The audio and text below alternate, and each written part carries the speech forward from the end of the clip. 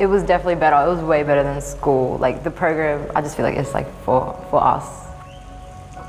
None of us are just meant for school. I don't think this is the place for us to learn, and it was a lot easier to learn here than it was in school.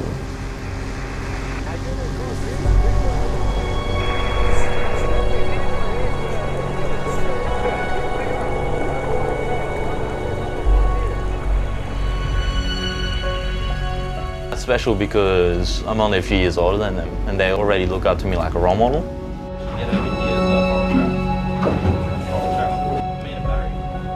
That's really cool because having just boys, girls a few years younger than me asking me things like how to type a rope or how to tie this line or how do I do this and this.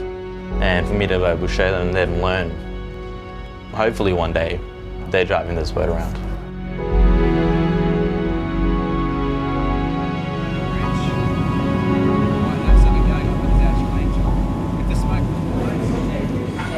In 2018, we had 3 students involved in the Jime program. By the beginning of 2020, there'll be 48 Indigenous students representing the Jime project around Australia. What we've noticed with these Indigenous students is they have an absolute love of the ocean. Their families are all coastal based, and all of a sudden there's an opportunity now to embrace both ocean and career. The positive mentors we've found within industry across the coastline have been extraordinary. The reason this is successful is we have a supporter base who are private, a corporate base who are also very generous, but an industry base who are so passionate about making these students do well. It's making an extraordinary difference in a short time.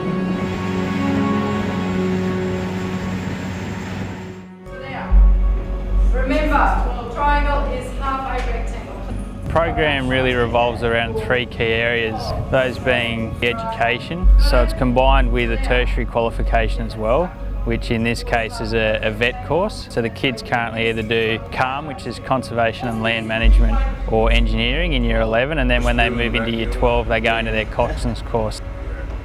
So they finish school with a trade-based apprenticeship, which is fantastic. And then obviously the third aspect of it is the industry component. It's not just a coxswain's ticket really, like it's more than that, because they are actually driving the boats through the program. Of course under a watchful eye, but they've had some mistakes and educational outcomes from those mistakes. And if they take that on board, they're more than a step ahead. They're 3 steps, 4 steps ahead of just having that ticket when you haven't had that boat driving experience. It was scary, especially when I came in to park the boat. Oh man, because like I never did it before in Dreamtime. That was my first time. It's really good. It's a really well-rounded education that they're getting, but the critical thing is that they're spending time with industries, building those relationships, and then in turn creating jobs for themselves once they graduate. And that's what we've seen with our first cohort go through the program. The 3 of them, the day after they graduated school, were offered jobs with those industries that they worked within.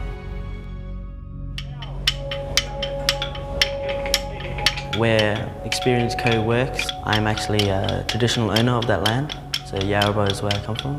And so that's another thing that I love, just being out on my land, just working in and around that, being able to see all the places. See a lot of tourists taking photos of the land, and I tell them some stories of the land and how it formed, and it makes me feel on top of the world really. Yeah, being able to share my culture with everyone else, yeah, it's just a good feeling. The pride they show in their culture is enormous, and they're able to add value now to these industries and showcase the culture. Since the time I've been up here, I've learned how to throw a boomerang, I've learned how to play a didgeridoo, and I've learned how to throw a spear with and without the spear thrower. And I've also learnt more dance, because before I wasn't really that good at dancing. I'm more confident in myself now, culturally speaking. It feels awesome, you know, feels great.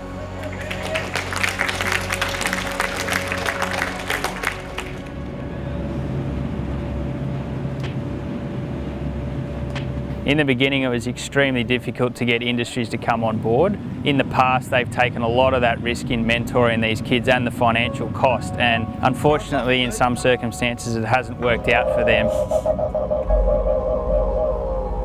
we've had the ability to create these relationships with industry and take that financial burden off them and provide them with quality kids in those final 2 years of school, which they can work with and mentor. Industries can really see how this program benefits them and the students, so it's a win-win for everyone.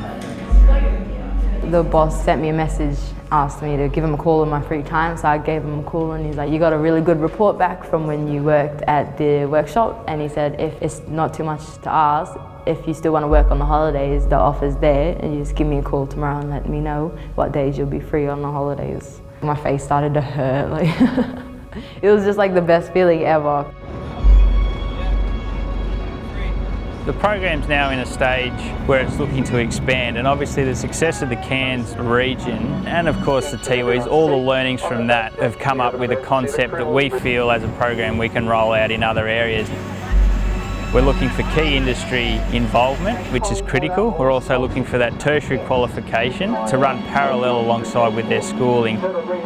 And we're not saying that every area has to fit exactly how the Cairns model works, but our learnings from this area show that there's key things that need to happen, and if those things are relevant in that area, then the program will back it 100%. The difference about this project is it's privately funded. The metrics have to be aligned to corporate expectation, and we have to be very, very transparent about how the kids are being managed, who's looking after them and where they're going in the future. We don't get gift horses like this coming along very often. I always worry a bit about government programs because they lack heart, they lack soul, they lack real meaning. That's how we are with governments. And we're the same, I suppose, as a council. Well, this is about success. This is about giving people a real chance in life. We're piecing secondary, tertiary and industry together, and that has been a very powerful union to make these kids' futures a positive place.